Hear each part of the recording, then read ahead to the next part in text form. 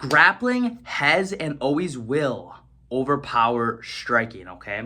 It is the strongest discipline out of all of them, okay? Really, if we're being broad, it is only grappling and striking.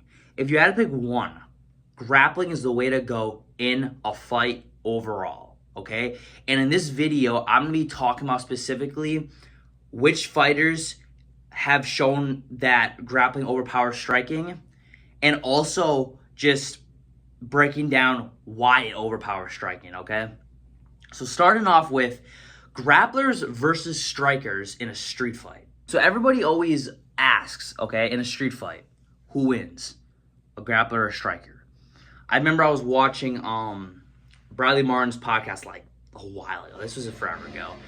And it was Devin Haney on there. And he said that he could beat Bradley Martin. By the way, he's 260. Devin Haney's fights out 135. Walking around at like 150, 155. In a street fight, who'd win, okay? Devin Haney's a world champion boxer. Bradley Martin's a bodybuilder, okay? But he's very athletic for a bodybuilder. Who'd win, okay? So, me personally, I give it to Bradley Martin any day, okay? On the feet, obviously, Devin Haney's piecing up Bradley Martin, obviously. But, first of all, he's way smaller. If he was like a lot bigger, I'd give it to Devin Haney. But for Bradley Martin, it doesn't take Bradley Martin long to grab him and throw him to the ground. Devin Haney has no grappling, okay?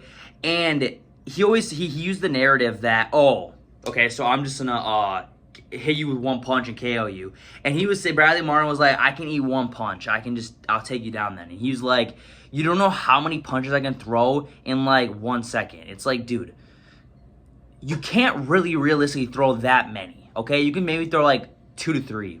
And then he'll get you to the ground. And then he's mauling him because he's much stronger than him. And that's where strength has something to do with it. Okay?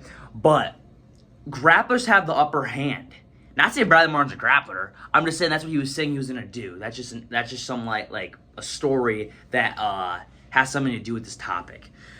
Grapplers control wherever the fight goes in a street fight, okay? In a street fight, first of all, no one really knows how to fight unless you're like trained. But most guys in a street fight don't know how to fight. And if you do know how to fight, just take them down. You know what I mean? Because the average person can throw a punch, but not the average person can wrestle or grapple. You know what I mean? Someone off the street can't just grapple good, especially against a grappler. They can maybe throw a punch, but not maybe a good punch. You know what I mean? So, like, if you're in a street fight and you're fighting a guy that doesn't know how to fight, okay, and they try to strike with you, literally just take them down. That's it. And like, then let's think about this in a street fight. Striker versus grappler. Let's say they're both trained. A really trained Muay Thai fighter against a really trained just grappler, okay? Who wins? The grappler wins 9 times out of 10, okay? The reason I'm saying 9 times out of 10 is because that one time they might land a lucky shot and KO them. The other 9 times, though, grapplers are tough guys, okay? They can still take a punch.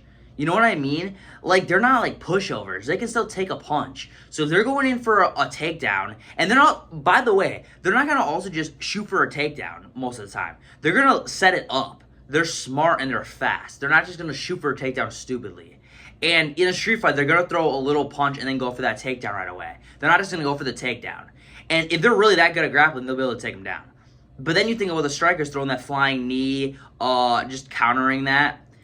I can't see it happening, you know what I mean? Like, grapplers are so good at timing when they take you down, you're not going to get kneed. And that one time out of 10, okay, maybe.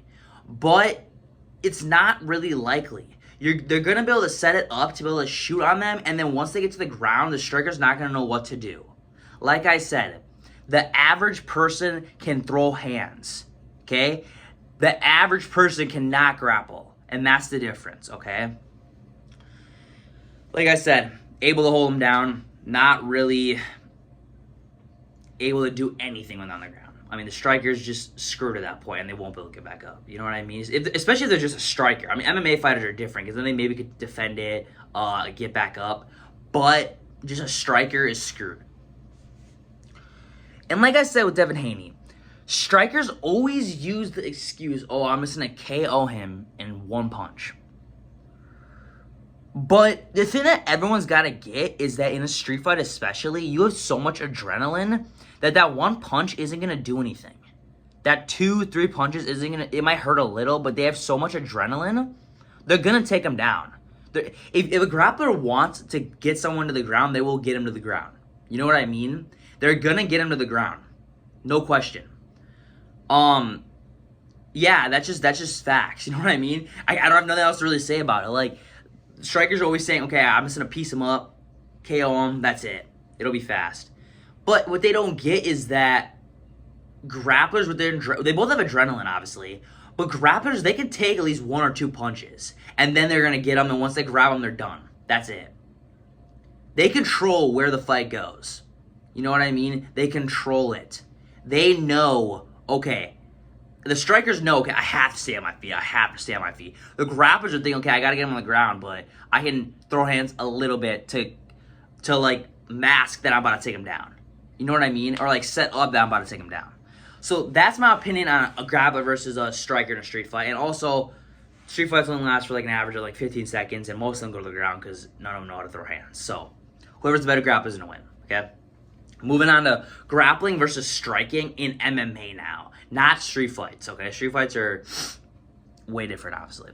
In MMA, the biggest thing that is like a separation from these two is strikers will always, and I mean always, be a little hesitant on their striking abilities against a grappler, okay? And later on in the video, I'm going to show you guys like specific fights, like evidence, and on like strikers and like really tough strikers losing to grapplers because they were very hesitant in their fight. Okay, when fighting a grappler, there's always that takedown threat, you know what I mean? Like, so a striker's fighting, okay? But then they don't want to throw that leg kick maybe. They don't want to throw that head kick because they don't want to mess up and have the wrestler catch their leg and take them down. You know what I mean? They don't want to throw certain things. And they're mainly concerned, okay, when I'm ready for him to try to take me down so I can defend that takedown and then strike. They're not doing their game plan a lot of the time, like striking, okay?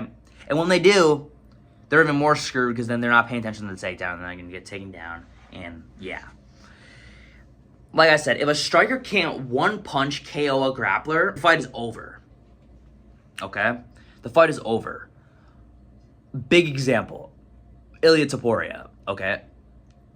Ilia Topuria, okay, guys. I know I made a ton of videos talking about how Ilia Topuria will, like, whoop on, like, pretty much everybody, okay? And I think he will whoop on most people. But against Arman Tsarukyan and Islam Makhachev, okay? Specifically Islam. I'm talking about Islam specifically. If he cannot one-punch KO Islam, he's getting absolutely demolished in the fight. He struggled against Bryce Mitchell on the ground. If he's going against Islam, bro, come on. It won't be a competition for Islam. You know what I mean?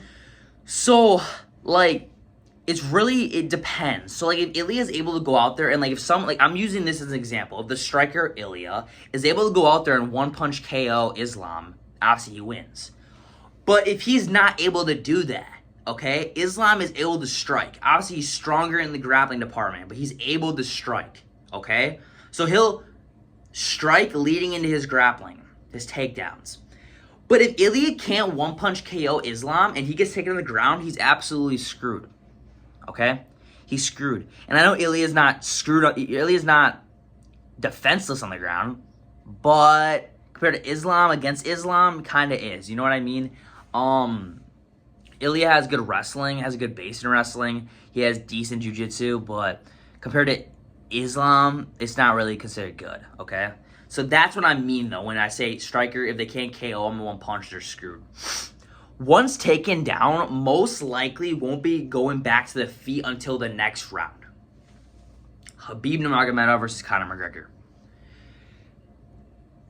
Kept taking him down. Literally held him there for the whole entire round. Next round, got back up, took him down again. Got back up, took him down again.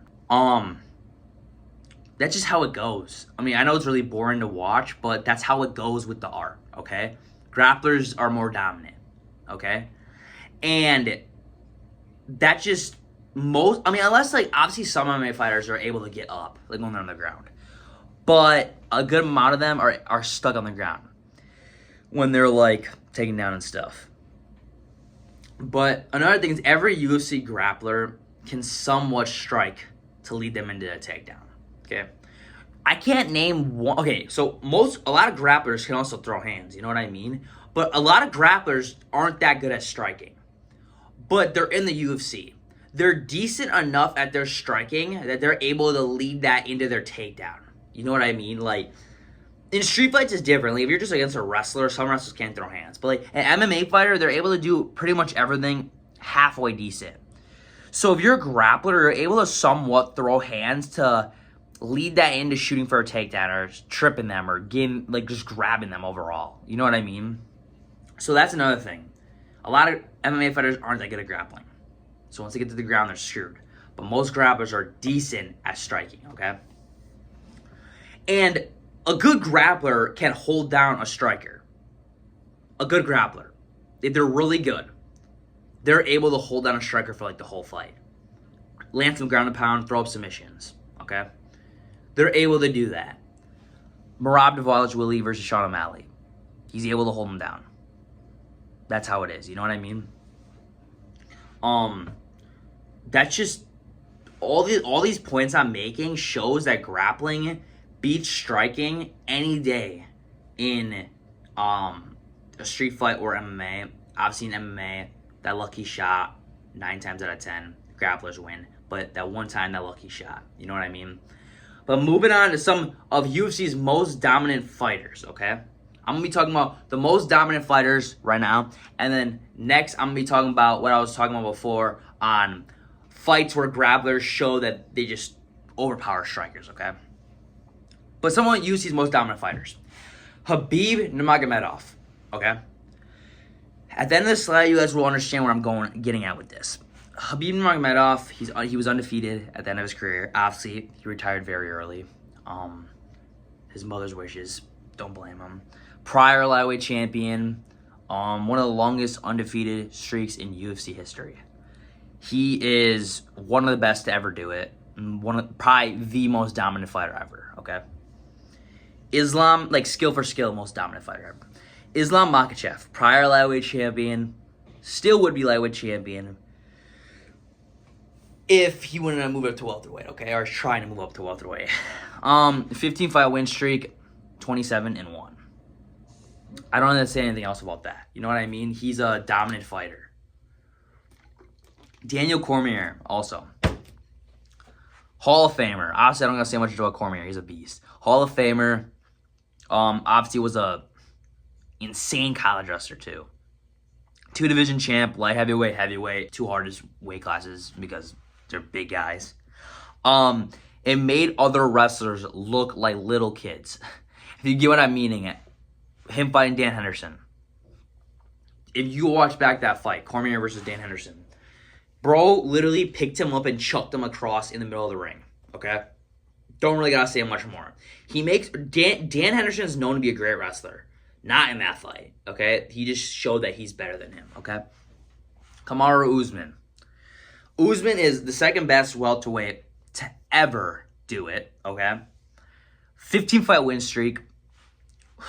Tied for second right now in the UFC. Winner of the 21st season of The Ultimate Fighter. And he was a prior welterweight champion. Okay? Dude's a beast. Okay? George St. Pierre, 2-time welterweight champion, 2-division champion, and he's the welterweight GOAT. Okay? No questions. He's a beast. Khamzat Chimaev. He's undefeated. Obviously hasn't had that many fights because he backs out a lot and, like, because the stuff happens and stuff, okay? Ragdolls everyone that he fights. He ragdolls literally everybody, okay? Kevin Holland. Freaking just made look dumb, you know what I mean? Kamaru Usman. Usman obviously has short notice and stuff, but he still showed that he's a much higher level of grappling than even Kamaru Usman, you know what I mean? Merab Dvalishvili. current bantamweight champion, 13-fight win streak, best cardio in the UFC literally ever, bro. Literally in the whole UFC ever, he has the best cardio. It's insane. Literally, like, constant moving. And lastly, Aljamain Sterling. Most wins in the bantamweight division ever. Beat most of the best bantamweights, like, considered, like, ever. You know what I mean? He beat, like, pretty much, like, everybody. The most consecutive title defenses in the bantamweight division. What else can I really say about that? My point with this slide, okay, is all these guys are grapplers, okay? Every single one of these guys can somewhat throw hands, somewhat, and some are pretty good at it. There's some of the UFC's most dominant fighters ever. Literally some of the most dominant fighters ever, okay? And they're all grapplers. Like, their best part of their fighting is their grappling, okay? Nothing else to really say about that. Fights where dominant strikers were shut down by grapplers. Okay? This is a slide that I was talking about. These are the 6 fights that came to my mind right away, okay? Khabib Nurmagomedov versus Conor McGregor. Okay? Conor McGregor looked like he couldn't even strike in that fight. It was sad. Like, he was getting taken down every second. And, like, in the beginning of the fight, he defended the takedown once decent. But then ended up getting taken down. Khabib literally dropped him in the fight with a punch. That shows that strikers are so hesitant to do their art because of the grappling part. Okay? Conor was so concerned about Khabib's takedown threat that he didn't even want to strike to the point where Khabib actually dropped him because of it. Okay? And dominated him on the fight, submitted him, rear naked choke. Well, actually, I feel like it was a neck crank. Kind of like Hamza with Whitaker. Yeah, just freaking submitted him 4th round. Very easy fight for Khabib. You're just playing with him all the time, putting a massive beating on him. Another one that I didn't add in here that I just mentioned, Hamza against Whitaker. Whitaker, great striker, finished him, took him down, couldn't do anything, okay? Merab Dvalishvili versus Sean O'Malley. Twice. First time, it was a little more close. Like, it was harder for him to take... Well, not really harder for him to take him down. He took him down a lot. And he just put a pure grappling beating on him. He literally kissed him on his back. He kissed him. It was sad. Literally put a beating on him. Second fight, literally ended up submitting him. He made it look easier than the first fight. Shows that grappling over power striking. Sean O'Malley is a pure striker.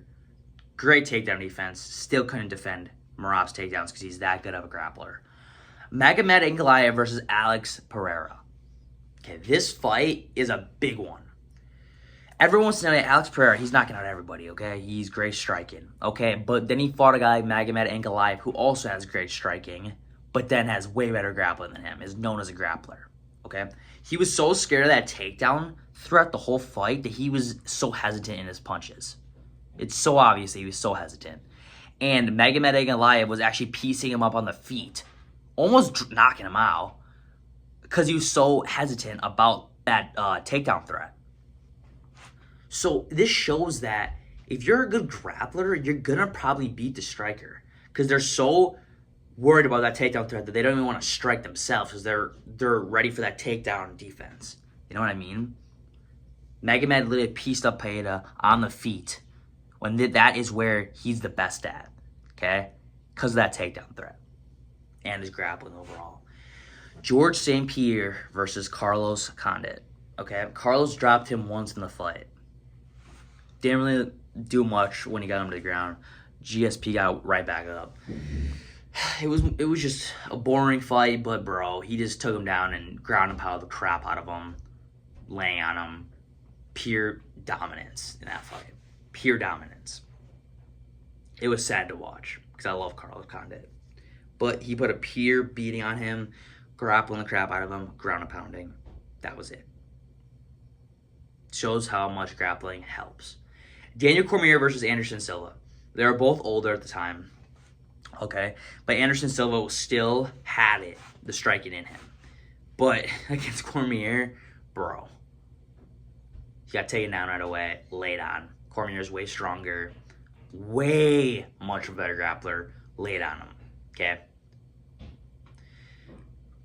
Anderson Silva's probably like the, if not, no, probably like one of the best strikers ever, or the best striker. And he got literally demolished and like couldn't do anything. You know what I mean? So like, and Cormier can strike somewhat too, so he was striking with him and then he took him down. That was no competition for Cormier because of how good his grappling is. Bilal Muhammad versus Leon Edwards. Leon Edwards' takedown defense looked really good against Kamaru Usman until he fought Bilal Muhammad. Okay? Bilal Muhammad beat the crap out of Leon and just slammed him right on his head. Grappled the crap out of him. Boring fight. Won by decision. Beat the crap out of him. Okay? Another one I just said, Kamaru Usman against Leon Edwards. Obviously until he threw the head kick. Was grappling the crap out of him. Because grappling is way better than striking in MMA. Okay? Guys, these fights are so much evidence that show why grappling is so much superior over striking. Okay? If you're a good grappler and you're going against a good striker, the grappler's winning 9 times out of 10, like I said. They're going to win.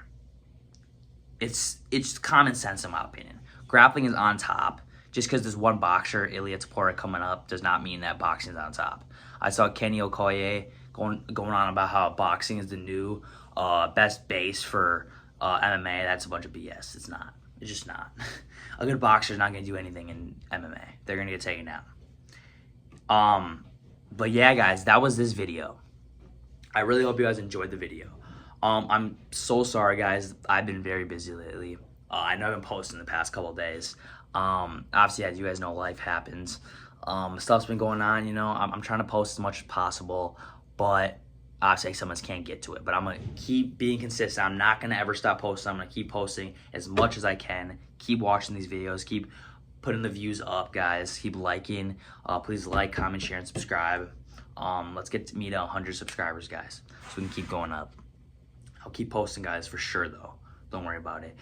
Comment you guys new video ideas you guys want me to do. I got you guys, like I always say. But yeah, have a blessed day, guys, and thank you guys for watching.